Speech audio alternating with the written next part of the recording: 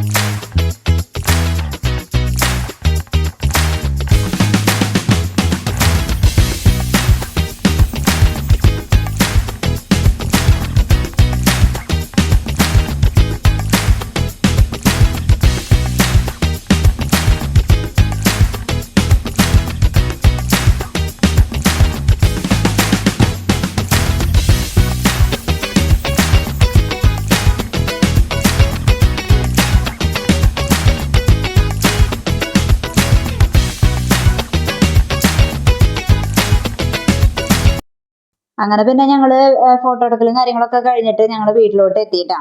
അപ്പൊ അവിടെ പിള്ളേര് കൂടെ നല്ല കളിയായിരുന്നു. വൈകുന്നേരമായിട്ട് പോയാൽ മതി എന്ന് പറഞ്ഞിട്ടാണ് അവര് നിക്കണത്. അപ്പോൾ അവർക്ക് വൈകുന്നേരമായി ഓട്ടോറിക്ഷ കിട്ടാനായിട്ട് ബുദ്ധിമുട്ടാകും. അപ്പൊ അതുകൊണ്ട് ഒരു 6 മണി 6:30 കൂടിയിട്ട് തന്നെ ഇറങ്ങിയിട്ടുണ്ടായിരുന്നു. അപ്പൊ കളിച്ചിട്ട് മതിയായിട്ടില്ല അവരുടെ കൂടെ. അപ്പൊ ഭയങ്കര വിഷമത്തിലാണ് പോവാനായിട്ട് ഇരിക്കുന്നത്. അപ്പൊ ഓട്ടോറിക്ഷ വിളിച്ചിട്ട് അവര് പോവാനായിട്ട് ഇരിക്കുന്ന ഇരിപ്പുണ്ട് കേട്ടോ. ഇത് ആകെ വിഷമിച്ചിട്ട് ഒരാൾ അവിടെ കസേരയിൽ ഇരിക്കുന്നുണ്ട്, പോവാറായല്ലോ എന്നുള്ള ചിന്തയില്. അപ്പൊ ഇന്നത്തെ വീഡിയോ ഇത്രയേ ഉള്ളൂ. അപ്പൊ അടുത്ത വീഡിയോ ആയിട്ട് വരുന്നത് വരെ ബായ്.